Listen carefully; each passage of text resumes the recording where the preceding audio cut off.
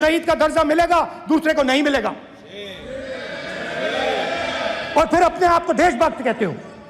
ये कैसे देशभक्त हैं?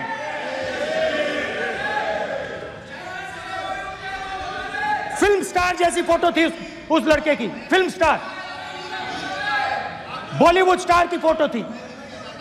मैं सोच रहा था, देखो इस युवा ने जान दी। स्पीकर सर, अध्यक्ष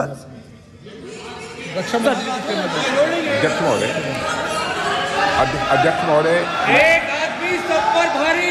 अध्यक्ष महोदय, मैं नेता प्रतिपक्ष से अनुरोध करना चाहूंगा, गलत बयानी करके सदन को गुमराह करने की कोशिश। गलत नहीं है सर, गलत नहीं है सर। लेना चाहता हूं कि युद्ध के दौरान अथवा सीमाओं की सुरक्षा के दौरान यदि हमारा कोई अग्निवीर का जवान शहीद होता है तो उसके 1 करोड़ रुपए की धनराशि सहायता के रूप में उसके परिवार को मुहैया कराई जाती है।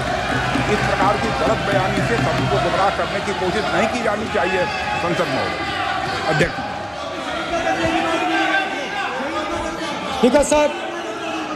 स्पीकर सर देखिए, स्पीकर सर देखिए, राजनाथ सिंह जी की एक राय है, मेरी एक राय है। सच्चाई अग्निवीरों को मालूम है, हमें बोलने की जरूरत नहीं है। अग्निवीर को किस चीज का सामना करना पड़ता है, शहीद का दर्जा मिलता है या नहीं मिलता है, कॉम्पनसेशन मिलता है नहीं मिलता है, पेंशन मिलती है नहीं मिलती है, वो उसको मालूम है। पॉइंट ऑफ ऑर्डर है मान्यवर। अब सदन के सामने 2 स्टेटमेंट हुए, एक हुआ विपक्ष के नेता का, दूसरा हुआ माननीय राजनाथ सिंह जी का, रक्षा मंत्री जी का। ये कहते हैं कि 1 करोड़ रुपया नहीं मिलता है। श्री राजनाथ सिंह ने अधिकृत रूप से कहा कि मारे जाने वाले अग्निवीर को जो शहीद होता है उसको 1 करोड़ रुपया मिलता है। उनको फैक्चुअल पोजीशन सदन पर रखनी चाहिए मान्यवर। ये सदन झूठ बोलने की जगह नहीं है मान्यवर, यह सच बोलना चाहिए। और अगर ये नहीं रखते हैं तो उनको, ये सत्यापन नहीं करते अपने स्टेटमेंट का, तो उनको सदन और देश से और अग्निवीरों से माफी मांगनी चाहिए माननीय।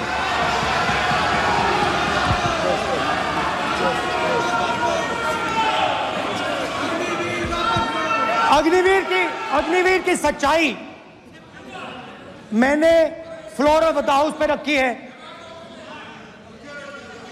और राजनाथ सिंह जी ने भी कहा है, जो रियलिटी है वो हिंदुस्तान की सेना को मालूम है, वो अग्निवीरों को मालूम है। उनके कहने से या मेरे कहने से कोई फर्क नहीं पड़ता, सच्चाई तो उनको मालूम है। उनको मालूम है सच्चाई कौन बोल रहा है।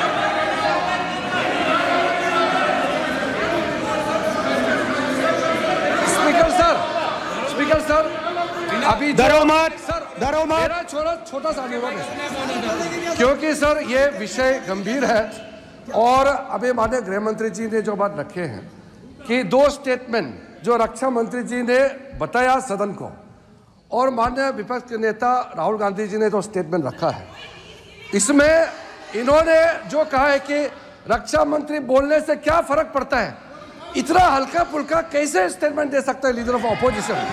इसलिए सर इन्होंने जो बात रखा है पुष्टि करना चाहिए, और हम लोग भी सर नियम के मुताबिक अपना बात रखेंगे सर।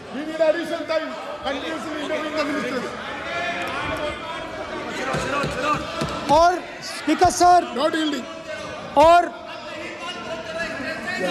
स्पीकर सर, देश की सेना जानती है, पूरा देश जानता है कि अग्निवीर स्कीम सेना का स्कीम नहीं है, पीएमओ का स्कीम है।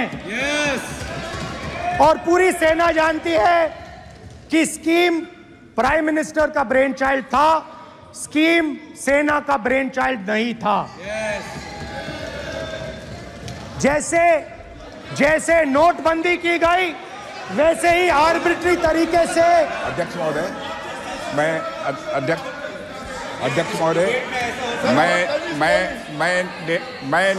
मैं नेता प्रतिपक्ष से विनम्रता पूर्वक अनुरोध करना चाहता हूं कि कृपया वह सदन को गुमराह करने की कोशिश न करें।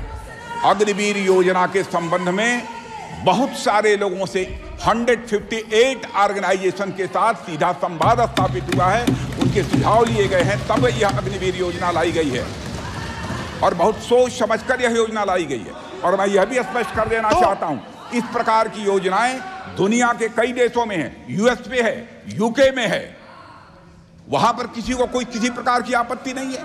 अब बिना अग्निवीर योजना के बारे में समझे, बिना उस संबंध में कोई पूरी जानकारी हासिल किए इस तरीके से सदन को गुमराह करना, इसे कदापि उचित नहीं ठहराया जा सकता। महोदय, मैं तो आपसे यह अनुरोध करूंगा, इसे सदन की कार्रवाई से बाहर निकाला जाना चाहिए। आपको देखिए, सिंपल सी बात है स्पीकर सर, इनको अग्निवीर अच्छा लगता है, आप उसको रखिए, हम उसको बदल देंगे, हटा देंगे। सिंपल सी बात है, हमारी सरकार आएगी, अग्निवीर को हम हटा देंगे, क्योंकि हम सोचते हैं कि अग्निवीर सेना के खिलाफ है, जवानों के खिलाफ है, देशभक्तों के खिलाफ स्कीम है। हम इस स्कीम को नहीं चाहते।